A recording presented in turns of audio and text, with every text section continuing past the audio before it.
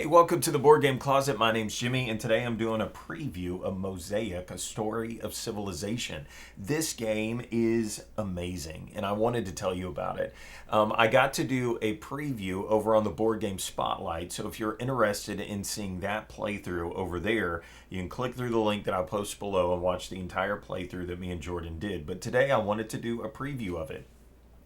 Now, this is not paid, this is not backed, this is none of that. It's just I played it over on the Board Game Spotlight, and then I wrote Simon at Forbidden Games, and I said, do you care if I tell my Board Game Closet people about this because I love it so much? He was like, yeah, totally, go for it. And so I wanted to show you this game and what it has to offer because I really thoroughly enjoyed this game. Now, this is a Civ Building game. So this is a game, let me show you what the board looks like, where you get to do all kinds of epicness down here on the board. By the time the game is over, you will have built wonders and expanded your kingdom and picked up all of these goods and done all kinds of amazing things. And I really enjoyed all of the epicness of this game. In fact, there's too much to even fill up my table. I've got a Game Toppers Watson, and it fills up every square inch of this table with board games and pieces and components. Everything just filled it up, and I love the way that this game feels. It definitely feels epic, but it is boiled down into this simple action selection mechanism of doing things. And the reason that I like that so much, that I think you'll enjoy it, is that the rules kind of get out of the way and you can just start to play the game. I played a number of other Civ Building games where it was kind of complicated when you got down into the little details. Now, where can I place this building,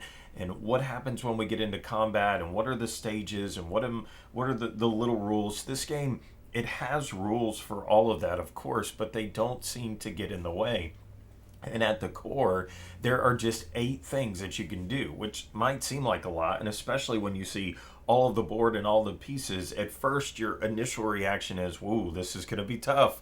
But once you learn those 8 basic things, then you are off and running. And in fact, I don't think you'll really have to pick up the book at all, other than maybe to clarify a thing or two as you go along. This game is pretty simple to understand. So let me tell you the 8 things that you get to do in this game, and then you can decide if this is a game that you'd like to back on Kickstarter. So here's the board again. And like I said, there are 8 different things that you can do out here. And so the first thing that you can do is this row right here that's called build.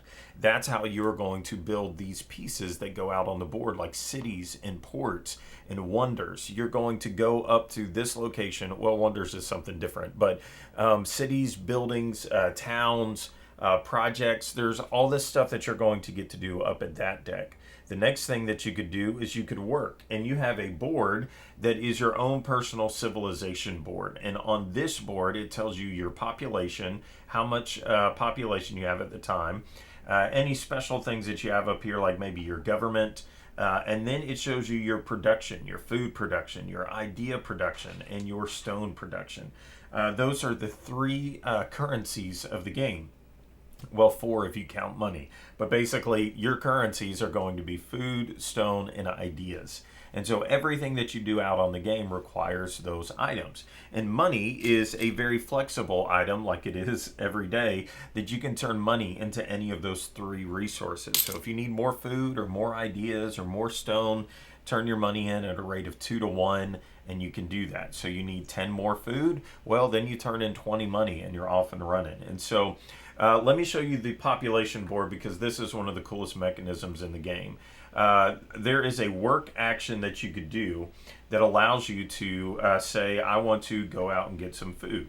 So right now I actually have 11 food. So if I wanted to send my population out to work, I would say I've got 13 food plus my 11. I'm going to get 24 food, and then you get 24 food. Or instead, if I wanted to produce some ideas, I would have 13 population plus 5. I would get 18 ideas.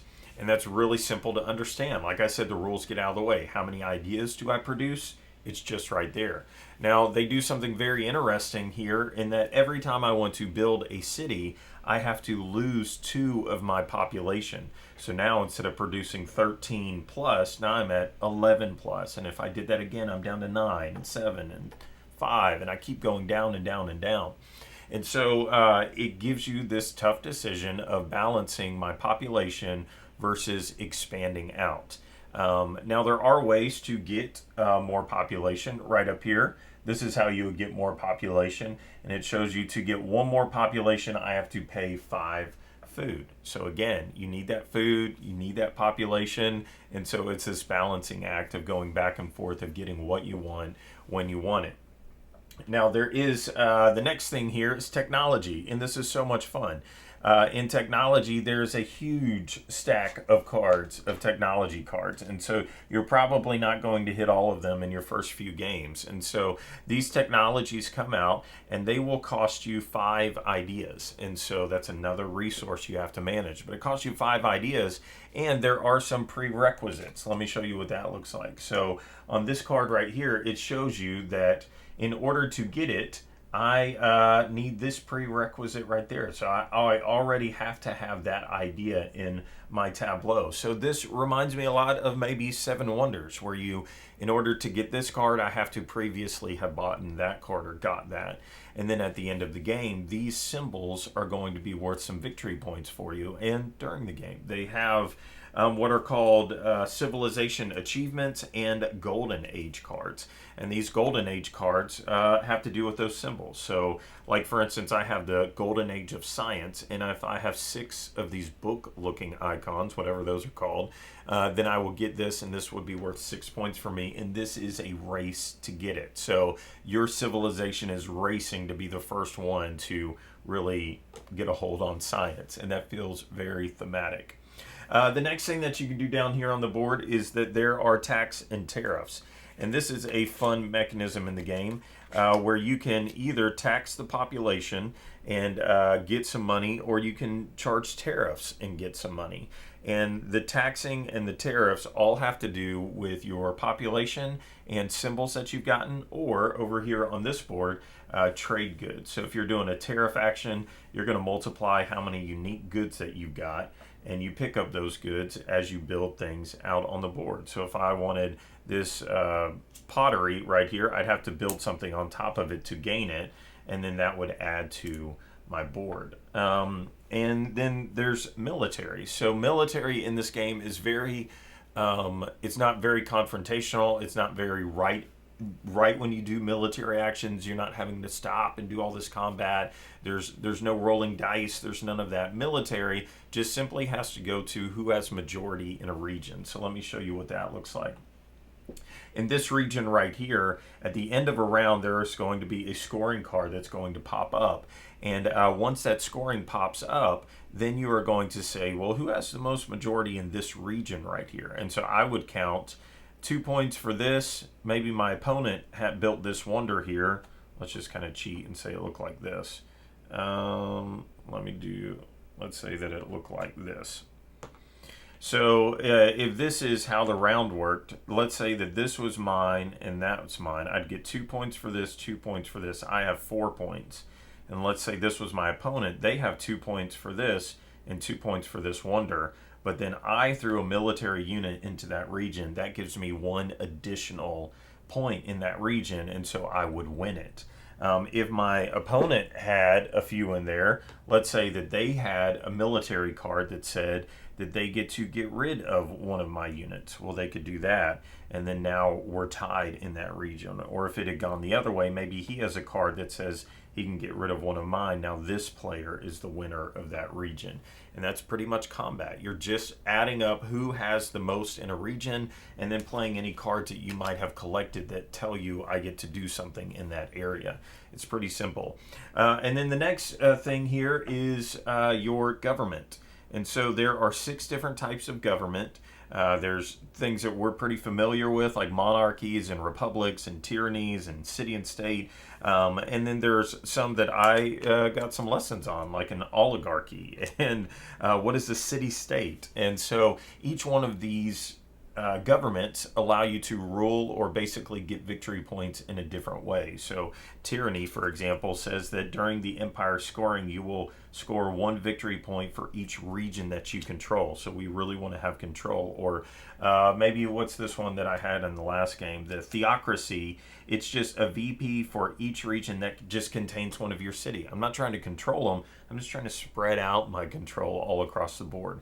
And so each one of these governments score in a different way, and that makes it fun and exciting, and you can actually change that during the game if you want.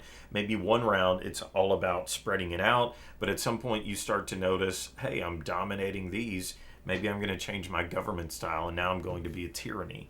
And so it's really cool how they did that. The components for this game, let's talk about that because I think I've covered everything except for wonders, which are these really amazing looking miniatures. Wonders are things that you can build in the game that will give you victory points, mainly at the very end of the game, and these are all in different ways. It might be by what it's surrounded by, or how many cities you have, or different things like that. And these miniatures are really, really cool. And I think in a game about world building, to have stuff like this is pretty epic. But that's all the stuff that you can do. And there are some rules, obviously, that I've passed over. But once you know those 8 things and what you do, it feels like a sandbox. Like I can go and do anything that I want, and I can. Okay, maybe I don't see anything that I want to build this round, but there's a lot of money over here. Let me go get some money. And my population is getting low, so let me go build up my population. So those 8 things just make you feel wide open, like you can do anything that you want to do. And I really enjoyed that. The components, like I said, are phenomenal. This is a prototype, and these pieces look amazing. And go to the Kickstarter campaign and see what they actually have. Because I'm sure that they've changed things or updated things, and you can see what they really look like up close. But components look great, the rules are smooth, the gameplay is fun, and I think even somebody that's not really into a Euro Civ building game, because of how smooth this plays, I do not think that they're going to have a bad time. I think that you're going to play relatively quickly, and I think in our 2-player game it was a little over an hour. 4 to 5 player game, you might be looking at 2 hours. But I'm telling you, it's going to be fun as you go along. And the way that the game ends, I'll tell you this because it's unique, is they have these empire scoring cards that are tucked into one of these 4. All 4 of these decks have one of these cards in them. And they're put at different places based off of the player count and the deck that they're in. But regardless, you're going to just keep flipping over cards. And then when one of these pops up, you stop and you do scoring. And like I said, that's all about region control and maybe the governments that you have. And once 3 of those have come out, so 3 of the 4 decks, the end of the game is triggered, and you do your final scoring. What makes that fun is that all of these decks are different sizes, so some of them are going to take longer to score than others, but it keeps you on your toes. And once one comes out, your eyes really start to look at the table, and you start to say, okay, I wonder. If that card just went, I better get a hold on what's going out on the board, because pretty soon that other scoring card could come up again, and I don't want my opponent to get just as many points as he or she just got. And so it's really cool the way that works, and it keeps you on your toes. So I've talked long enough. Maybe that gives you an idea of what to expect in Mosaic. Go check out the campaign and decide if this is a game that you want to play, and click the link below and watch the playthrough with me and Jordan. Spoiler alert, I did pretty good. All right, we'll see y'all later. Bye.